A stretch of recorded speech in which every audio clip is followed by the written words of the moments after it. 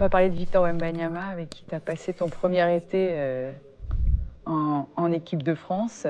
Donne-nous un petit peu ton avis sur lui. Tout le monde est bien sûr ébloui par ce que peut réussir Victor, mais le chemin est encore long. Bah, c'est ça qui est flippant. C'est que le chemin est encore long, pardon. Il en est déjà là. Et c'est ce qu'il a dit. Il a fait une interview après. Il a dit ouais, j'en suis qu'à 15%. Quoi. Et le pire, c'est que je crois vraiment qu'il est vraiment qu'à 15%. Donc c'est ça qui est flippant. Moi, j'ai vu des choses à l'entraînement maintenant, toi, en intime, sans caméra, machin, où tu te dis, s'il développe ça, il le fait en match, ça va être monstrueux, quoi. Il fait des trucs qui n'ont pas de sens. Mais au-delà de son talent, c'est la mentalité qu'il a. Quoi. Ouais, lui, il a pas de mentalité de français, frère. Par rapport à Victor, il dit ouais, j'ai fait moi, le truc qui m'impressionne avec ce gamin-là, c'est qu'il sait qui il est, il sait qui il doit être. C'est dur de le savoir. Ouais, et lui, il le sait. Ça peut paraître arrogant, je pense, aux yeux de certains, surtout en France, mais il a tellement de confiance en lui sur ce qu'il doit être, et il fait tout pour. Et j'ai été vraiment content d'avoir pu partager un bout de son histoire, d'avoir une médaille avec lui et de pouvoir, ouais, mon fils est fan, enfin, comme tous les gamins, quoi. Ils ont le maillot de Victor et la maillot de Victor dans sa chambre, enfin. Il va faire rêver des gamins pendant 15-20 ans, et moi, je suis content d'avoir pu débuter un peu avec lui, quoi. Moi, mon fils, il est fan de Guerchen Yabusele. Ouais. Ce qui est pas mal aussi. Ouais.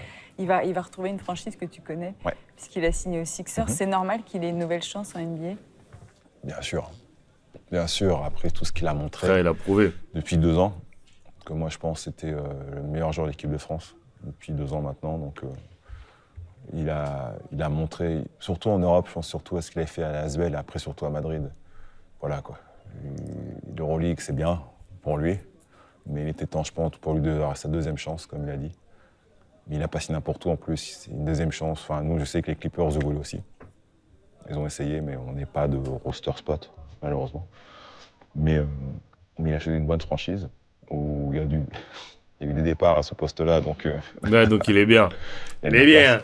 Non, il va jouer. Moi, comme je dis, il va jouer. Il rentre dans le moule. Moi, je lui ai dit, j'ai dit, Nick Nurse, tu vas adorer. Nick Nurse, tu vas adorer, parce que c'est vraiment quelqu'un FIBA, déjà. Quelqu'un de FIBA, quelqu'un qui a coaché en Europe, quelqu'un qui a coaché des sélections nationales aussi, et qui a un grand coach NBA. Et l'équipe qu'il a autour, quoi, il va s'intégrer facilement, la ville, les fans, il va adorer. Donc il rentre parfaitement dans le système Sixers. On a fait le tour, pas autre chose? Ouais, juste, LeBron James va arrêter. Qui est pour toi le futur visage de la NBA? Hold on. Dis pas Anthony Edwards. Please don't say Anthony Edwards, bro. Please, bro. C'est ça. Comme toi. Il a signé 2 ans. Ouais, il a signé 2 ans, là, ouais. Il a vu qu'il a fait comme... Vous arrêtez en Il a demandé, il a dit Nick, two more years? Ok, 2 more years, please. Moi, je pars avec Nico. Non, si tout se passe bien, dans 2 ans, c'est Victor. Hi! Dans 2 ans. Damn! Ça doit être Victor. Entre Victor, Non. Lucas... Je suis désolé, gars. Dans 2 ans, Victor pourra pas être... C'est trop tôt, frère. Il y a trop de talent, wesh. Déjà, pour être le visage de la NBA, il faut gagner, quand même. Quand tu gagnes pas, c'est fou. Je pense pas. Je dirais plus dans 4 ans, Victor. Il est pas encore ready, comme j'ai dit. Il est encore en train d'améliorer son game, tu vois. Il y a des mecs comme Luka, quand même, Tatum. Et Anthony Edwards, Ja Morant, tous ces mecs-là, gros. Pour l'instant, c'est devant. Pour moi, après. Bon. Tu vois pas des visages en transition? Un petit Anthony Edwards? Bah oui. Edwards. Ja. Oui. Ouais.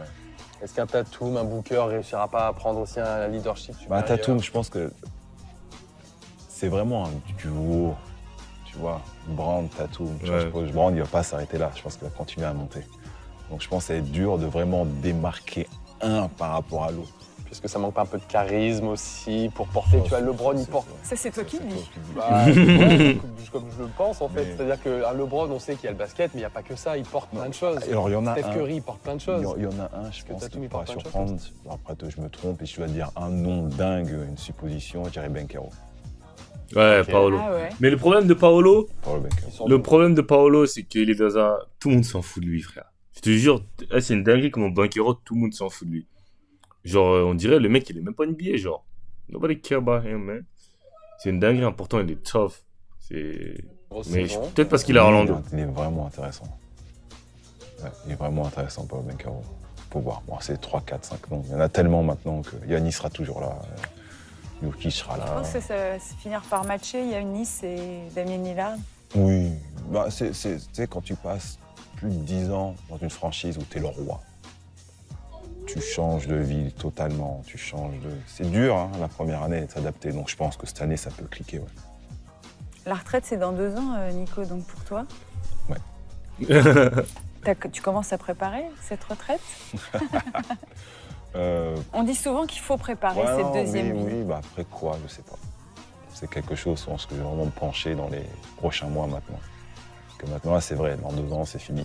Bon, là, c'est vrai. Là, c'est sûr. Dans 2 ans, non. On a un doute, Non, hein. non, non. Tu sais là, qu'on fait là. plus confiance là-dessus. Non, hein, donc, c'est aussi pour ça que l'équipe de France, j'ai annoncé là, parce que apparemment, je vais attendre. J'ai fait non, ça, j'ai réglé des choses. On me dit oui, mais Nico, non, ça, c'est fait. Ça, c'est sûr. Non, c'est fini. Non, 2 ans après, 2 ans. Ça, si je compte mes 2 années au Mans, que j'ai compte à côté, parce que j'ai fait 2 ans de Euroleague, ça fera 20 ans de carrière en tout. Donc, c'est bien. C'est un beau chiffre. Et puis pouvoir choisir sa sortie, c'est quand même formidable. C'est ce qui est le plus dur, je crois. C'est ce qui est le plus dur. En fait, c'est ça, en fait. Quand tu sais que tu peux encore jouer et te dire, vas-y, je vais partir, parce que là, comme là, il avait annoncé sa retraite de base. Mais là, il dit, non, mais je peux encore prendre 5 millions cette année, 5 millions l'année prochaine, ça fait 10 millions en plus. Non, je peux pas laisser 10 millions sur la table, frérot. Je peux pas, frère, je peux pas. Tu vois, c'est ça qui est crazy avec la NBA Money, man. C'est-à-dire que là, c'est trop, il dit, je vais prendre ma retraite, mais t'imagines, je sais pas, il sort d'un titre avec les Clippers.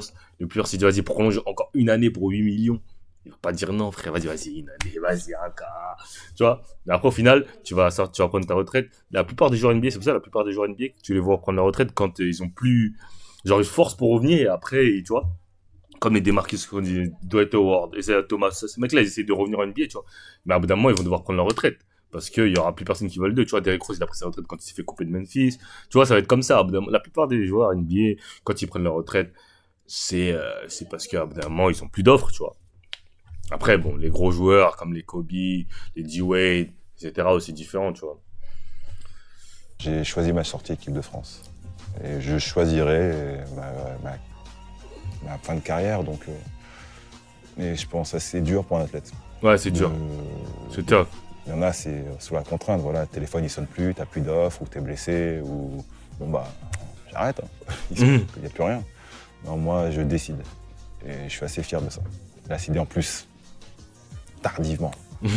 Tardivement, donc je suis assez content par rapport à ça. Merci, Nico. Merci à vous. Et bonne saison. C'est gentil. Merci beaucoup. Let's get it, man. Bon, c'était une bonne interview, hein. Franchement, j'ai bien aimé. Franchement, ce serait cool si on pourrait avoir plus d'interviews des joueurs, hein. En proie, des jeunes, etc. Ce serait cool, tu vois. Mais bon. Likez, commentez, abonnez-vous. I'm out of here.